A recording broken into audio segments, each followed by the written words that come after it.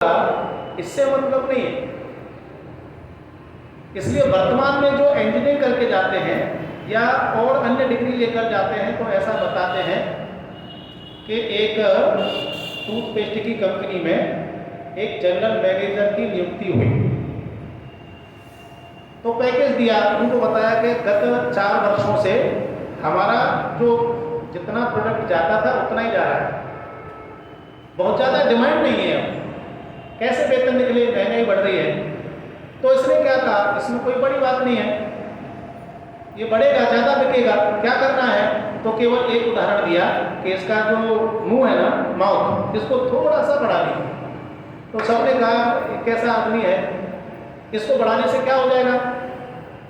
तो लेकिन चूंकि अपना कंपनी का फायदा चाहिए, बेनिफिट चाहिए, इसलिए कंपनी के मालिक ने कहा करके देख लीजिए। तो टूथपेस्ट का मुंह जो पहले इतना चौड़ा था उसको थोड़ा और बड़ा कर दिया।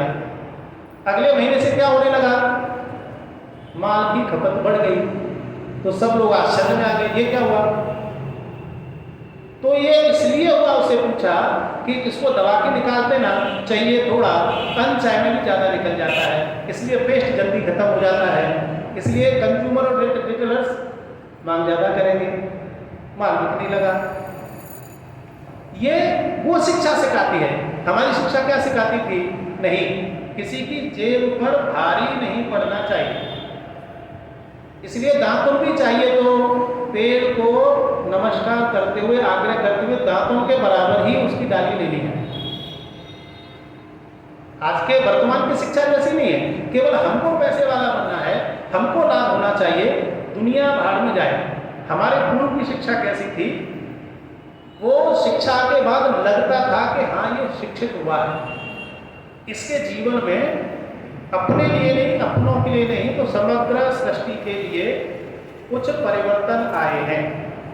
आधुनिक और गुरुकुल शिक्षा प्रणाली, ये सब हम जब चर्चा करते हैं इतने कम समय में, तो वर्तमान की जो शिक्षा है और गुरुकुल की जो शिक्षा प्रणाली थी, उन दोनों प्रणालियों को हम पकड़ भी नहीं सकते, छोड़ भी नहीं सकते। कुछ बातें उस समय पर अच्छी रही होंगी और कुछ बातें आज भी अच्छी हैं, सभी बातें बुरी ही हैं वर्तमान में, ऐसा भी नहीं है। इसलिए मूल को न छोड़ते हुए ये जो आधुनिक शिक्षा है और पुरानी गुरुकुल शिक्षा थी, उसमें से क्या क्या मिलाकर हम एडॉप्ट कर सकते हैं, वो ध्यान में देना चाहिए। इसलिए दत्तोपंत जी कहते थे कि साइकोलॉजिकली ये जो एजुकेशन है और एजुकेशन देने वाले स्टूडेंट और ये जो टीचर्स हैं, सोसाइटी है, ये क्या है, तो ये एक है, अलग नहीं है। इसलिए दोनों प्रणालियों को समझना, उनमें से क्या क्या लेने लायक है, दोनों को मिलाकर वर्तमान में जो ले सकते हैं, मूल को छोड़ना नहीं, अपनी संस्कृति संस्कार को छोड़ना नहीं। लेकिन अंग्रेजी नहीं आनी चाहिए, काम चलेगा क्या, वो नहीं चल सकता, इसलिए इस ओर भी ध्यान देना पड़ेगा। इसलिए शिक्षा को पूर्व काल में अभी भी कहते ही हैं, तीसरा नेत्र, प्रकाश का स्तोत्र, अंतर्दृष्टि, अंतर्ज्योति, ज्ञान चक्षु और तीसरा नेत्र, इतने नामों से शिक्षा को जाना जाता है। लेकिन कौन सी शिक्षा को, केवल किताबी ज्ञान को क्या, तो किताबी ज्ञान नहीं, शिक्षा तो शिक्षा करती है, सिखाती है, सबका भला करती है, वह शिक्षा। भारतीय प्राचीन शिक्षा व्यवस्था, ये लगातार बार बार में बीच में आ ही रहा है कि प्राचीन शिक्षा व्यवस्था की समग्र चिंता समाज करता था। वहाँ के समाज के चुने हुए प्रतिनिधि, उस समय भी पंच परमेश्वर होते थे, लेकिन जो पंच परमेश्वर होते थे वो न गलत करते थे न गलत करने देते थे। इसलिए जो भारतीय प्राचीन शिक्षा व्यवस्था है, यह जो है वो सर्वंकष थी, सबके लिए थी। मध्यकाल में क्या हो गया, यहाँ से चलते चलते मध्यकाल आते आते अंग्रेज आ गए और अंग्रेजों के भारत में आते ही इस्लामी शिक्षा का प्रादुर्भाव हो गया। क्यों हो गया कि उस समय पर जितनी भी सरकारी नौकरियां होती थी अगर उसको फारसी नहीं आती है तो उसको नौकरी मिलती नहीं थी। इसलिए बड़ी मात्रा में हिंदू और अन्य गैर मुस्लिम भी फारसी और अरबी सीखने लगे, और देखते देखते क्या हो गया, हिंदी का और अपनी संस्कृत का प्रादुर्भाव या उनका जो वजूद था वो कम होने लगा। उस समय पर जैसे आज हम शिक्षा का ये मतलब निकालते हैं, उस समय पर एक होता था मकतब, उर्दू की शिक्षा में, अरबी शिक्षा में मकतब माने प्रारंभिक शिक्षा, मदरसे सामान्य प्रचलन में चल गया था। मैं भी जब छोटा था तो मेरी दादी माँ कहती इसको बच्चे को मदरसे तक छोड़ा। पंडित जी,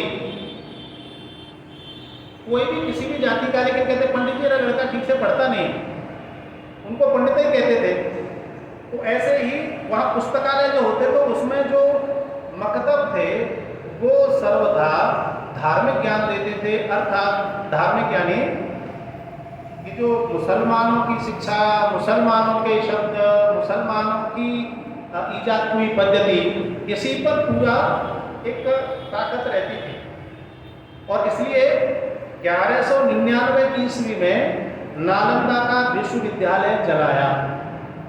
ये मुसलमानों के शासनकाल में हुआ, बख्तियार खिलजी ने जलाया। हम सब लोग जानते हैं कितनी पुस्तकें थी, तो 90 लाख पुस्तकें थी। 6 महीने जलता रहा। जलाने का पीछे का कारण क्या था? तो ऐसा बताते हैं कि बख्तियार खिलजी बीमार पड़ गए और इतना कमजोर हो गया कि वो धीरे धीरे मरने वाला था। उनके जो हकीम होते थे वो उनको एक सलाह देते थे कि आप हिंदू वैद्य से क्यों नहीं इलाज कराते अपना। तो उन्होंने कहा कि अगर हम हिंदू वैद्य से इलाज कराएंगे तो फिर हम पर विश्वास कौन करेगा, हमारी शिक्षा पद्धति, हमारे हकीम। तो उन्होंने कहा कि आपका जीवन रहेगा तो सब कुछ ठीक हो जाएगा। तो बहुत समझाने के बाद और उन्होंने कहा कि अच्छा किसी वैद्य को बुलाइए। तो उसी नालंदा विश्वविद्यालय का एक आयुर्विज्ञान के जो HOD थे उनका नाम था राहुल देव श्रीभद्र, राहुल जी श्रीभद्र। तो उनके पास ये प्रस्ताव गया और उनसे कहा कि इनको ठीक करना है, अगर ठीक नहीं किया तो प्राण ले लेंगे। तो राहुल श्रीभद्र बड़े परेशान हुए कि ये तो अच्छी बात है कि अगर ठीक नहीं हुए तो रोग है, मैं प्रयास करूंगा। लेकिन बख्तियार खिलजी ने और एक शर्त रखी कि तुमको मुझे ठीक भी करना है लेकिन मैं तुम्हारा कोई रसायन चाटूंगा नहीं, मैं कोई दवाई नहीं खाऊंगा, ठीक करना है। अब बताइए ऐसे में कोई भी विद्वान हो ठीक कर पाएगा क्या? लेकिन तो भी उस मूर्धन्य व्यक्ति ने कहा कि आप अपना पवित्र ग्रंथ कुरान तो पढ़ सकते हैं ना। तो उन्होंने कहा हाँ मैं पढ़ सकता हूँ। तो उन्होंने कहा कुरान को मुझे दे दीजिए और मैं कुरान पर शोध करके एक 15 दिन में 10 दिन में जो समय तय हुआ होगा मैं आपको वापस करता हूँ, आप कुरान के 4 पन्ने रोज पढ़िए। तो बड़ा प्रसन्न हो गया बख्तियार खिलजी, कह रहे हैं ये तो अच्छी बात है। तो बुलाया गया, उसको कुरान दे दी, तयशुदा कार्यक्रम में कुरान वापस कर गए। तो बख्तियार खिलजी 4 पन्ने रोज पढ़ने लगे, 4 होंगे, 3 होंगे, 2 होंगे, जो भी उसमें आता है साहित्य में। जैसे जैसे पढ़ने लगे स्वास्थ्य सुधरने लगा। कुछ ही दिन में पहले जैसे घोड़े तगड़े हो गए। तो उन्होंने बुलाया तो भी बुलाओ राहुल श्रीभद्र को। हमारे जितने भी बड़े बड़े विद्वान हैं, स्कॉलर हैं, हकीम हैं, ये कुछ नहीं कर पाए और हमारी कुरान से, हाँ इसको कुरान के बारे में तो इनसे भी ज़्यादा जानकारी है। वो बहुत ज़्यादा चढ़ गया। एक हिंदू तो उसको बुलाया कि ठीक ठीक बताओ, नहीं प्राण गंवाने पड़ेंगे कि मैं ठीक कैसे हुआ कुरान से, क्या किया ऐसे? अब मरता क्या न करता, वचन ले लिया। तो उन्होंने कहा कि कुछ नहीं, आपके मैंने अध्ययन किया था, आपके यहाँ कुरान पढ़ते समय में या कोई शास्त्र पढ़ते हैं तो जुबान पर हाथ लगाते हैं और निश्चित जगह पर पन्ना पलटते हैं। तो उस जगह पर मैंने एक रसायन का लेप करके सुखा दिया था। आप जब कुरान के पन्ने पलटते थे रसायन चाट लेते थे, आप ठीक हो गए। तो ये करता क्या है, कहाँ रहता है जानकारी की? तो ये रहता है नालंदा में, आयुर्विज्ञान का प्रमुख है। तो उसने कहा चलो वहाँ गए, पूछा इसमें कुरान है क्या? तो किसी ने कह दिया, सत्य बोलने वाले होते हैं, कुरान में ऐसा है ही क्या जो यहाँ रखनी चाहिए? अच्छा, कुरान में कुछ नहीं है, आग लगा दो इसमें। तो मध्यकाल में शिक्षा के साथ ये हुआ कि हमारे 90 लाख पुस्तक, और ये केवल ऐसा एक ही नहीं था, तो इतने बड़े बड़े केंद्र थे कि उन केंद्रों में दुनिया के चीन से लेकर और अन्य जापान से लेकर कितने ही देशों के छात्र आकर शिक्षा लेकर जाते थे। उदयन से भी छोटा नालंदा का ये विश्वविद्यालय था, शिक्षा का केंद्र था, जिसको जला दिया गया। इसके बाद आधुनिक काल आया। आधुनिक काल में भी अंग्रेजों का शासन हम सब लोग जानते हैं। तो यूरोपीय नीति पर और वहाँ के प्रचारकों ने, प्रचारक माने धर्म का प्रचार करते थे, और व्यापारी, इन वर्गों ने शिक्षा पर अपना कलेवर चढ़ा दिया। तो इसलिए आपने सुना होगा शिक्षा का व्यवसायीकरण हो गया। इसके पहले हमारे यहाँ शिक्षा व्यापार की वस्तु नहीं थी, क्योंकि उनको अपना प्रचार करना था और धन कमाना था, तो शिक्षा का व्यापारीकरण हो गया।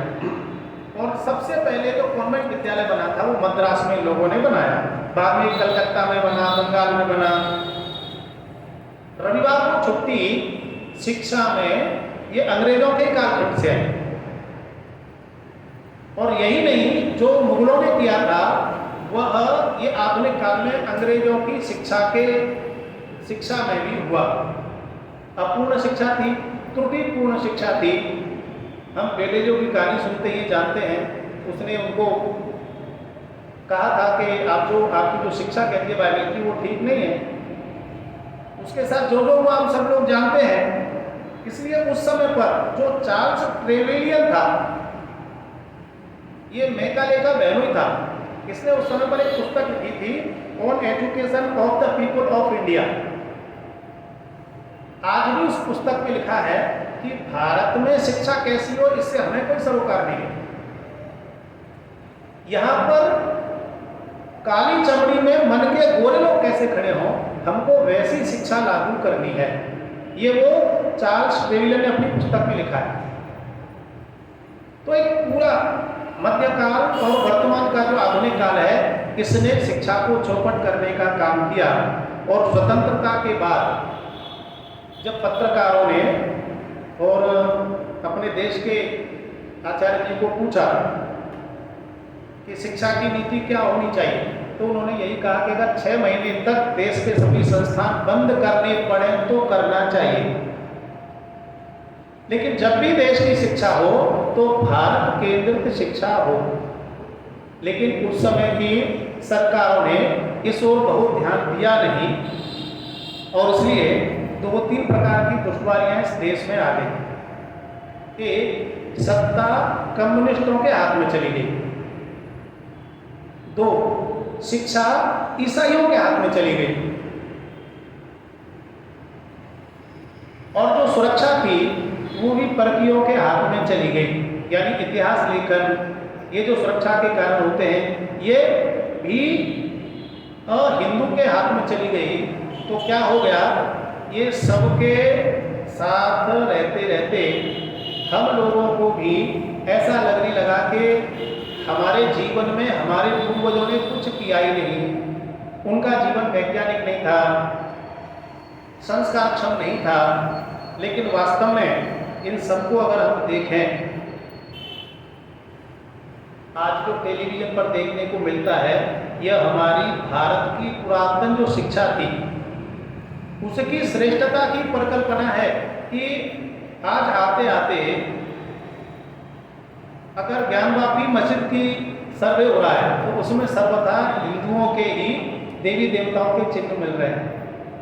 अगर ताजमहल पर चर्चा हो रही है तो वहाँ भी जितने भी साक्ष्य मिल रहे हैं वो सब हिंदू देवी देवता और अपने मतावलंबियों के आधार पर ही मिल रहे हैं। कुतुम्बी नाम से लेकर ये जितने भी कुछ साक्ष्य हैं, ये हमारी शिक्षा को ही परिलक्षित करते हैं, कर रहे हैं, आगे भी करें। केवल इतना ही है कि इस शिक्षा के द्वारा हम सभी आचार्य और आचार्या बहनें कि इतना ही सोचें कि जो हमारे पवित्र संस्कार हैं वो शिक्षा में रहने चाहिए। हमारे श्रेष्ठ जीवन मूल्य हैं वो शिक्षा में रहना चाहिए। हमारे यहाँ का ज्ञान विज्ञान, श्रेष्ठ महापुरुषों के जीवन चरित्र, हमारा विजिगीषु प्रवृत्ति रखने वाला गौरवशाली इतिहास, और ये सब कब होगा, जो यहाँ पर बैठे हुए बंधु भगिनी हैं इनको भी इसमें रुचि जागेगी, इसका अध्ययन करेंगे, तभी हम अपने